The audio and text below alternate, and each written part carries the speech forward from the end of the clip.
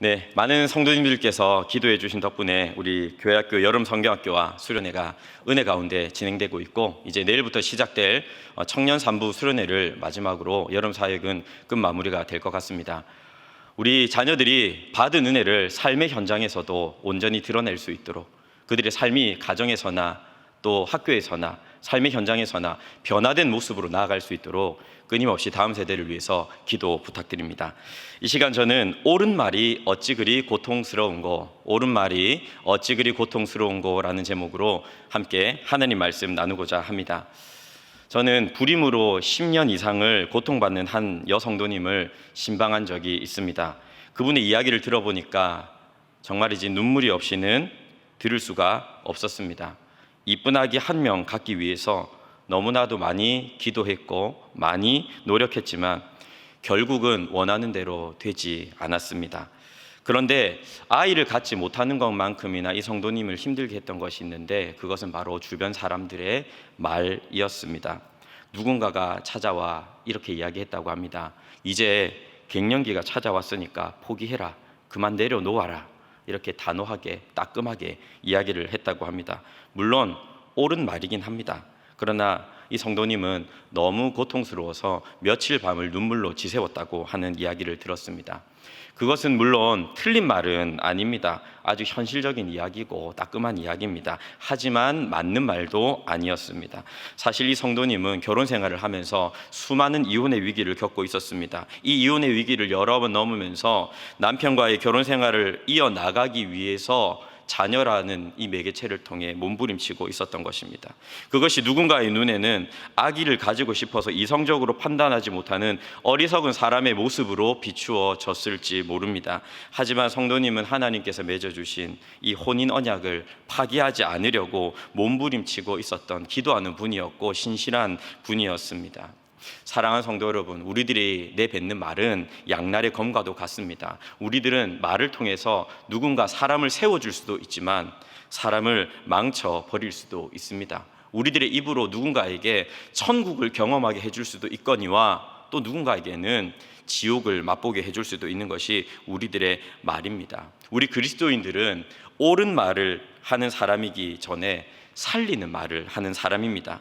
우리가 함께 읽었던 이 욥기 6장 본문의 말씀에서는 욥이 친구들의 말 때문에 더 큰 고통을 받고 호소하고 있는 모습을 우리는 발견할 수가 있습니다. 욥에게는 1장과 2장을 보거니와 까닭없는 고난이 찾아왔습니다. 욥은 그 일이 왜 닥쳐왔는지 알 수 없었고 깨달을 수가 없었습니다. 그런데 그 고난은 사실상 욥이라는 한 사람이 감당하기에는 너무나도 무거운 무게였습니다. 멀리서 엘리바스, 빌닷, 소발이라고 하는 세 친구가 욥을 찾아왔습니다.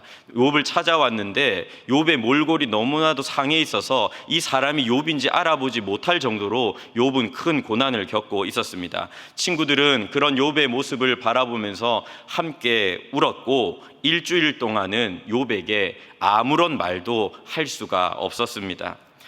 욥기 3장을 보면 욥이 일주일 동안의 정막을 깨고 탄식을 쏟아냅니다. 그는 이렇게 얘기합니다. 차라리 태어나지 않았으면 좋았겠다라며 처절하게 울부짖습니다. 그가 태어난 날 그의 어머니가 그를 임신한 그 날을 저주하면서 울부짖습니다. 그런데 이러한 욥의 말을 들었던 세 친구 중에서 가장 연장자였고 대표격이었던 엘리바스라는 사람이 이제 본격적으로 4장과 5장에서 입을 열기 시작합니다. 요지는 그것입니다. 사실 내가 지금 이런 고난을 겪고 있는 것, 이런 어려움과 고통 속에 살아가고 있는 것은 다 너의 죄 때문이라고요. 그러니 하나님 앞에 돌이켜 회개하라고 이야기를 합니다. 하지만 그의 판단은 굉장히 가벼운 것이었습니다.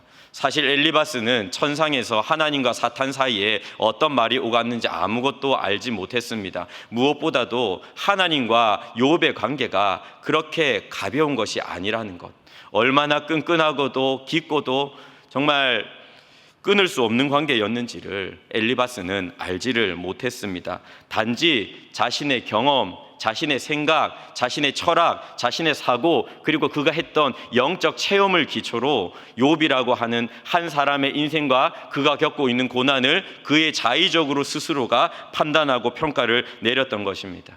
까닭없이 고난받고 신음하고 있는 욥의 고통의 크기를 이 엘리바스라고 하는 사람은 결단코 알 수가 없었습니다.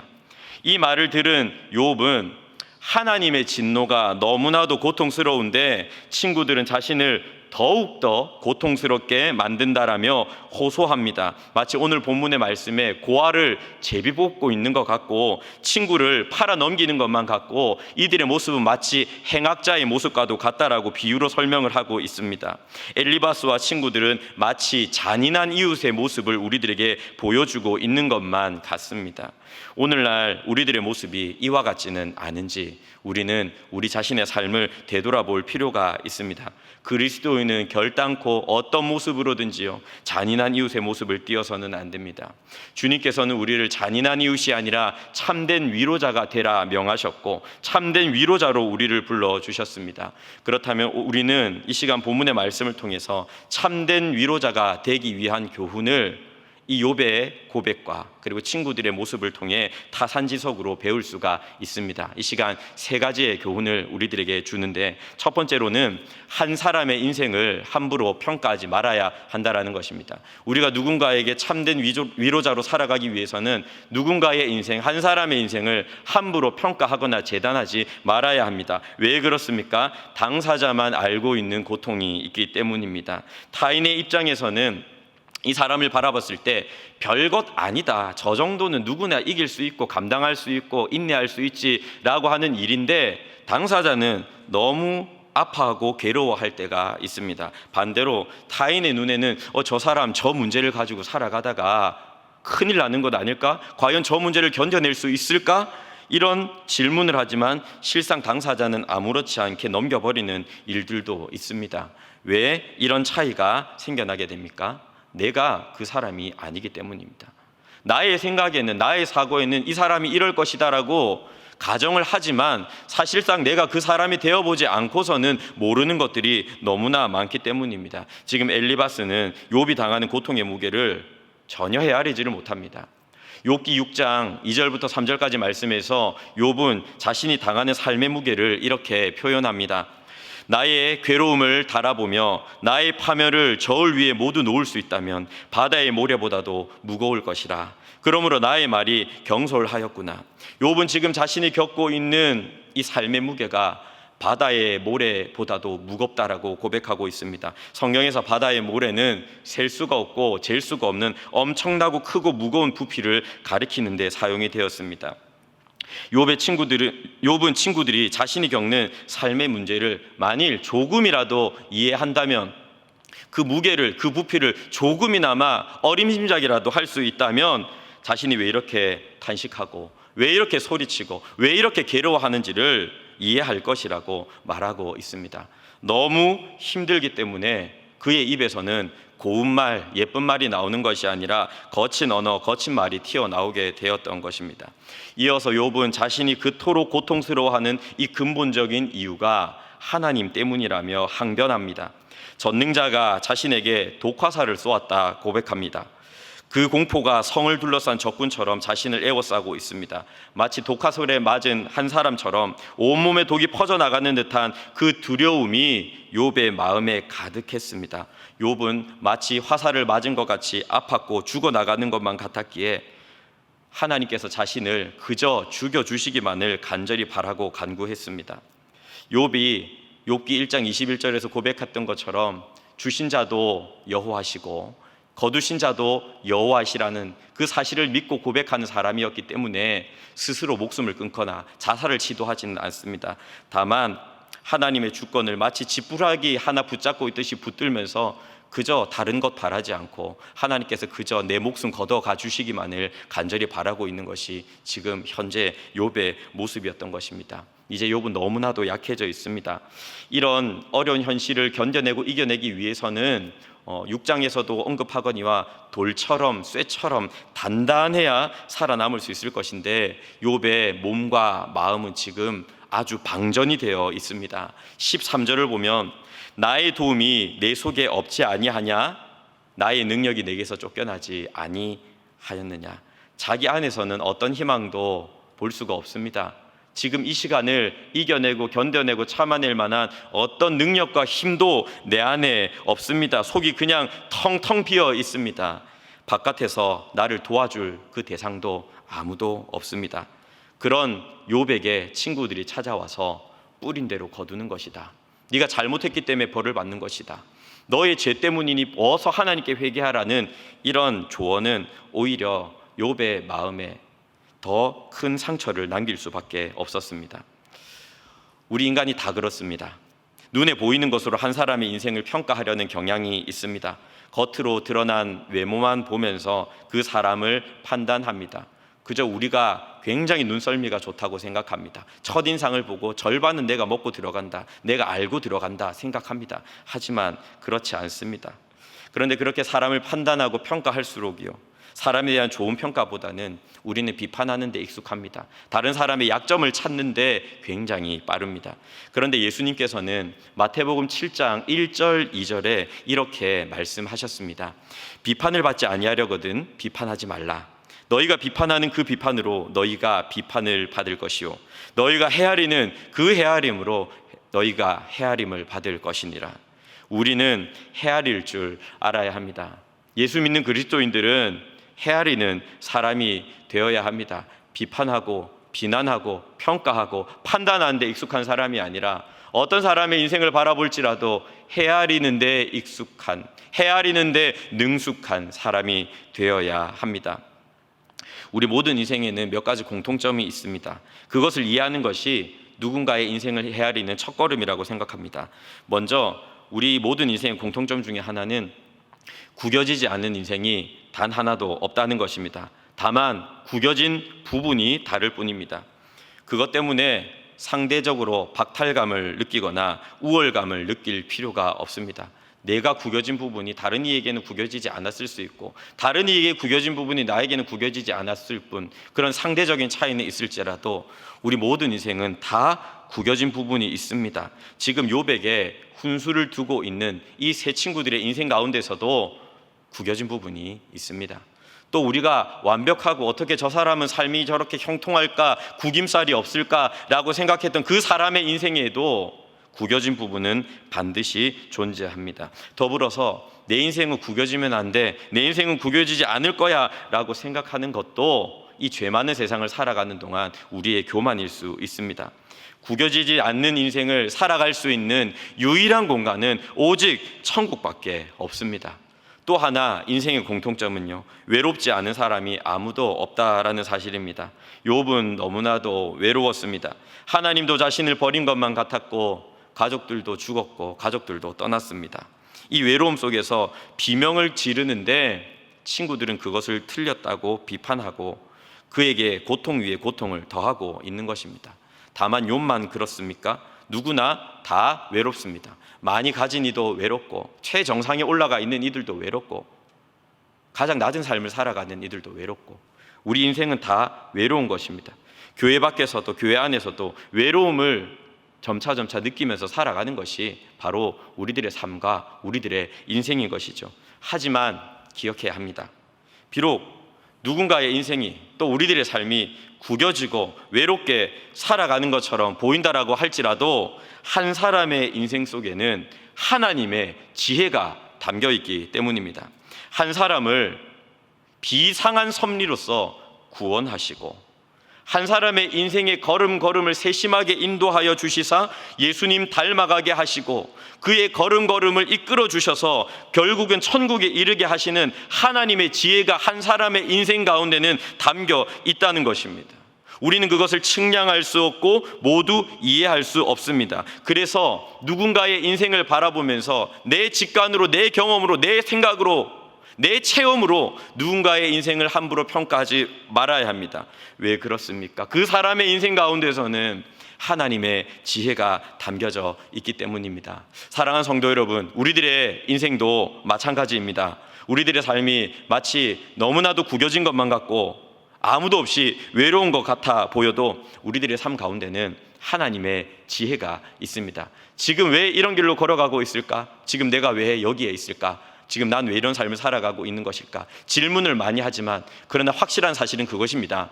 우리들의 삶 가운데, 우리들의 인생의 걸음걸음 가운데는 하나님의 지혜가 담겨 있다는 것입니다. 그래서 지금 내가 겪고 있는 시련과 이 고난마저도 결국에는 찬송이 되게 하여 주시고 모든 일을 합력하여 선을 이루게 하시는 주님의 지혜가 저와 여러분들의 삶에 있음을 믿으시기를 바랍니다. 그것이 구원받은 사람의 축복입니다. 구원받은 사람이 누리는 은혜입니다. 그러니 한 사람의 인생을 함부로 평가하거나 재단해서는 안 됩니다. 우리들의 삶도 내가 함부로 끝났다 낙심할 필요가 없습니다. 왜 그렇습니까? 하나님의 지혜가 우리들의 인생 가운데, 지금 여러분들의 곁에 있는 동역자들 가운데 충만히 지금도 자리 잡고 있기 때문입니다. 주님의 지혜가 우리를 결국에는 찬송하게 할 것이고, 주님의 지혜가 모든 일로 말미암아 합력하여 선을 이루게 할 것이기 때문입니다. 둘째로, 우리는 참된 위로자가 되기 위해서 들어주고 기다려 주어야 합니다. 우리 14절 말씀입니다. 14절 말씀을 한번 같이 읽도록 하겠습니다. 시작. 낙심한 자가 비록 전능자를 경외하기를 저버릴지라도 그의 친구로부터 동정을 받느니라. 욥이 말합니다. 아무리 낙심한 사람이 죄를 짓고 설령 심판을 받았다고 할지라도 너희가 만일 친구라면 나에게 동정을 보여야 하지 않겠느냐라고 말합니다. 당사자가 물어보기도 전에 가르치려고 든다든지, 당사자가 이미 알고 있는 냉혹한 현실을 마치 팩트 폭격을 하듯이 알려주는 것보다는 고통을 겪고 있고 어려움을 겪고 있는 이에게 따뜻한 동정이 더 필요합니다. 저는 종종 가르치는 청년들에게 이런 이야기를 합니다. 우리 옆에 분들하고 이렇게 인사 나누셨으면 좋겠습니다. 신앙이 없으면 의리라도 있어야 합니다. 왜 그렇습니까? 사람이기 때문입니다. 여러분, 우리에게 신앙이 부족할지라도 사람을 바라보는 의리라도 우리 안에 있어야 하는 것입니다. 그러나 친구들은 동정을 보이기보다는 욥에게서 선을 긋는 태도를 보였습니다. 욥과 우리는 다르다는 것이죠. 욥에게 공감하고 만일 그를 동정한다면 하나님께서 욥처럼 나를 치실까 봐 두려워했던 것입니다. 순식간에 우정을 버리고 욥의 반대편에 섰습니다. 아무리 욥이 억울하다 울부짖고 호소할지라도 욥의 눈물의 통곡을 전혀 듣지 않습니다. 마음에 전혀 미동이 없습니다. 그들은 듣고 싶은 말만 듣고 그들이 하고 싶은 말만 하려고 합니다. 엘리바스와 친구들은 분명히 욥이 심판을 받고 있는 것이라고 생각했습니다. 그가 겪는 일이 즉각적인 이 인과응보라고 생각을 합니다. 그가 죄를 지었으니까 하나님께서 곧장 심판하신 것이라고 생각을 합니다. 왜 그런 생각을 했을까요?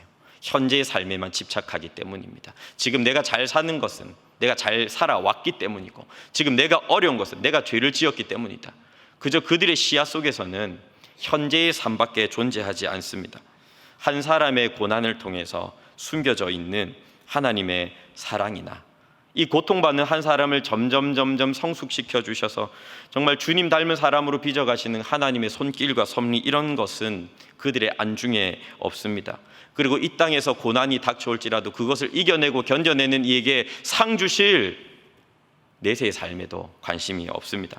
그들 나름대로 연구한 것을 가지고 어설프게 답을 내려고 하고 있습니다. 엘리바스는 첫 번째 대화를 마무리하면서 5장에서 욥을 책망하면서 마지막에 이렇게 이야기를 합니다. 욥기 5장 27절입니다. 볼지어다 우리가 연구한 바가 이와 같으니 너는 들어보라. 그러면 내가 알리라.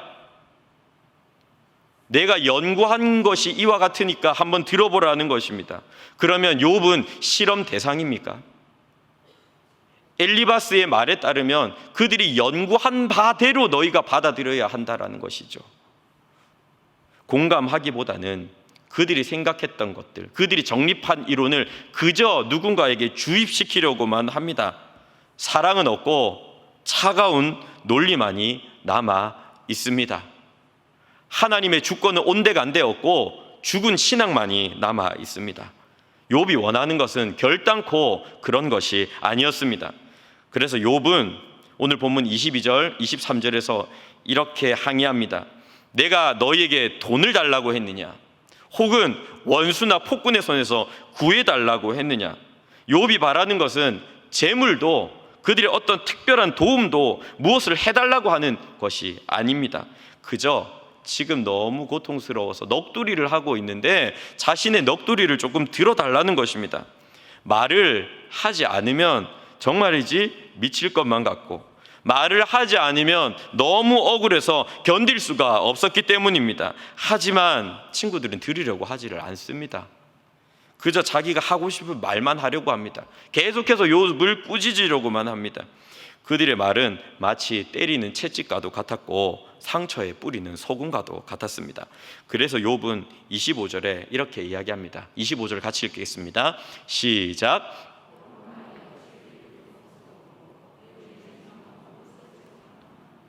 우리는 욥의 이 말을 잘 새겨 들을 수 있어야 합니다.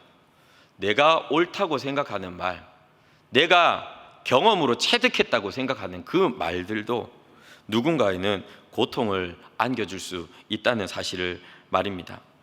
제가 고신대학교 신학과를 들어갈 때 저를 지도해 주셨던 모교의 담임 목사님께서는 저에게 거듭해서 그런 말씀을 하셨습니다. 최근에도 간혹 연락을 드리면 저에게 이런 말씀을 하십니다. 상준아, 목사가 되기 전에 사람이 되어야 한다라고요. 우리 그리스도인들은 사람다운 사람이 되어야 합니다. 어떤 장황한 일, 커다란 일, 위대한 업적을 이루는 것, 그리고 누군가를 자신의 어떤 지식과 지혜로 가르치는 것, 그것보다 중요한 게 있는데 먼저 사람다운 사람이 되는 것입니다. 어떤 사람이 되어야 하겠습니까? 잘 들어주는 사람이 되어야 되겠습니다. 듣기는 속히 하는 사람이 되어야 되겠습니다. 더불어 말하기는 더디하는 사람이 되어야 하겠습니다. 한 사람이 살아가고 있는 인생을 바라보면서 섣부르게 평가하고 비판하기보다는 기다려주는 사람이 되어야 합니다. 실상 그렇습니다. 사람들이 이상 행동을 보이거나 이상한 말을 하거나, 그리고 이 사람이 원래 그렇지 않았는데 이런 모습을 보일지라도 기도하고 기다려주면 자신의 모습대로 돌아오는 것을 우리는 많이 바라보게 됩니다. 우리 사람에게 필요한 것은 무엇입니까? 누군가 이 사람을 위해서 기도해주고 끝까지 기다려주는 그것입니다. 사랑하는 성도 여러분, 우리는 참된 위로자가 되기 위해서 잘 들어줄 수 있어야겠습니다. 그리고 누군가를 기다려줄 수 있어야 하겠습니다. 마지막 세 번째로 우리는 참된 위로자가 되기 위해서 옳은 말보다 살리는 말을 해야 합니다. 말이라고 하는 것은 생각과 행동의 중간 지점에 있는 것입니다. 어떤 생각을 하는지가 어떤 말을 하는지를 결정합니다. 예수님께서도 마태복음 15장 18절 말씀에 입에서 나오는 것들은 마음에서 나오나니라고 말씀을 하셨습니다. 무엇을 품고 있느냐에 따라서, 무엇을 생각하고 있느냐에 따라서 어떤 말을 뱉는지는 결정되어지게 됩니다. 욥의 친구들의 말도 그 뿌리에는요, 생각의 문제가 있습니다. 그들이 어떤 생각을 가지고 있었기 때문에 이처럼 모진 말을 욥에게 내뱉고 있는 것이죠. 욥기 주석을 쓴 이 크리스토퍼 애쉬라고 하는 신학자는 욥의 친구들의 머릿속에는 의인이 고난받는 장면이 없다라고 이야기를 했습니다. 그들의 사고에 있어서는 그렇습니다. 인과응보, 그러니까 의인은 절대로 고난받아서 안 됩니다. 의인은 절대로 어려운 일을 당해서도 안 됩니다. 의인은 복만 받아야 됩니다. 죄인이 고난을 당하는 것이고 죄인이 어려움을 당하는 것이 바로 이 욥의 친구들의 사고였습니다. 그래서 엘리바스는 욥에게 욥기 4장 7절에 생각하여 보라, 죄 없이 망한 자가 누구인가, 정직한 자의 끊어짐이 어디 있는가 라고 말하였습니다. 그러나 여러분, 실상 그렇습니까? 의인은 고난받지 않습니까? 우리는 의인도 고난받는다는 사실을 너무나도 잘 알고 있습니다. 소극적으로는 욥을 통해서 우리가 그것을 발견하거니와 무엇보다도 우리 주 예수님의 십자가를 통해서 우리는 그것을 뚜렷하게 봅니다. 엘리바스의 신앙관, 마치 오늘날도 엘리바스처럼 살아가고 있는 그런 관념을 가지고 살아가는 사람들의 마음속에는 예수님의 십자가가 들어설 자리가 없습니다. 일한 만큼 받고 뿌린 만큼 거둔다, 이런 수학적인 공식처럼 살아가는 이들에게 어떻게 예수님의 십자가가 들어설 자리가 있겠습니까? 의인이 죄인을 대신해서 죽는다는 것은 상상할 수가 없는 장면이죠. 그들의 입장에서 세상에는 딱 두 종류의 사람들만 있습니다. 자기같이 의로운 의인과 욥처럼 죄를 지어서 벌을 받고 있는 죄인들 말입니다. 그래서 사람을 구분합니다. 죄인들을 끊임없이 가르치려 하고 꾸짖으려 합니다. 그들의 말을 듣지 않으면 한심해하고 비판하고 정죄합니다.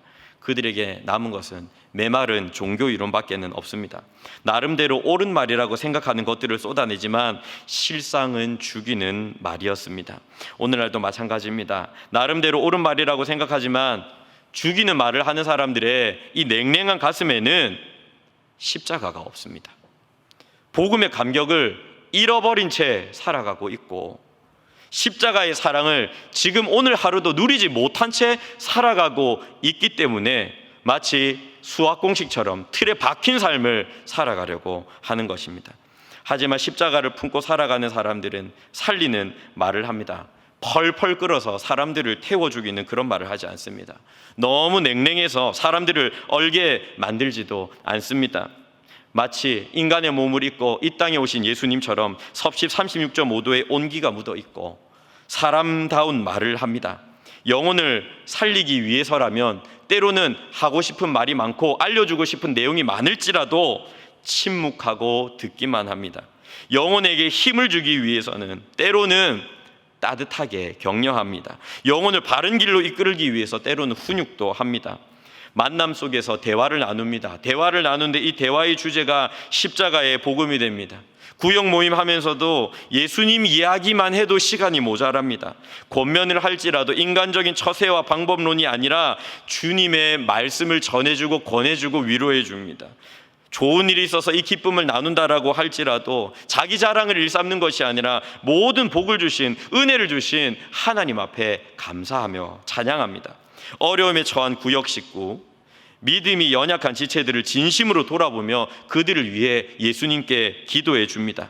부정적인 말로 그들을 고통스럽게 하지 않고 살리는 말로써 그들을 세워줍니다. 말 한마디에 천근의 무게를 달 줄을 알면서도 말 한마디에 따스한 온기가 그들의 입술에서는 묻어나게 되는 것입니다.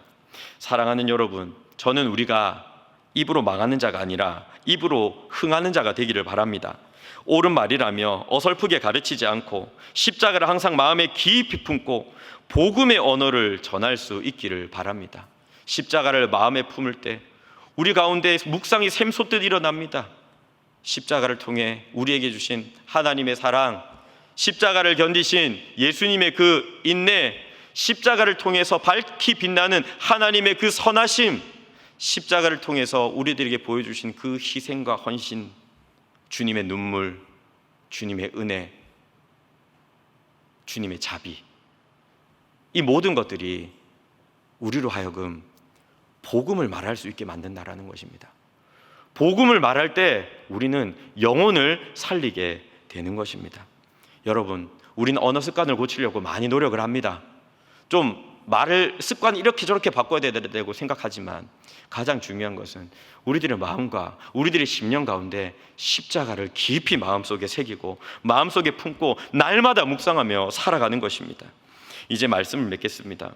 고난 속에 있는 이에게 어설프게 훈수를 두고 가르치려 들고 있지는 않았습니까? 빈수레가 요란한 법입니다. 누군가 우리의 말을 듣고 옳은 말이 어찌 그리 고통스러운고, 맞는 말이라고 하는데 왜 이렇게 아플까, 힘들까, 오히려 옳은 말을 듣는데 왜 이렇게 나는 힘이 빠질까 라며 힘겨워할 수 있습니다. 우리는 결단코 잔인한 이웃이 되어서는 안 되겠습니다. 그런즉 우리는 참된 위로자가 되기 위하여 한 사람의 인생을 함부로 평가하지 말아야 합니다. 헤아릴 줄 알아야 합니다. 삶의 고난을 받는 이들은 그들의 이야기를 들어주고 그들이 회복하기까지 기다려 주어야 합니다. 그리고 필요한 순간 그들을 죽이는 말, 내가 옳다고 생각하는 말이 아니라 그들을 살릴 수 있는 말, 복음의 언어, 생명의 언어를 말할 수 있어야 합니다. 이것은 평생 동안 지속적으로 훈련해야 합니다. 그렇게 이 땅을 살아가는 동안 우리가 예수님을 닮아서 사람 냄새 나는 사람이 되어서 참된 위로자의 삶을 살아갈 수 있는 저와 여러분이 되시기를 주님의 이름으로 축복합니다.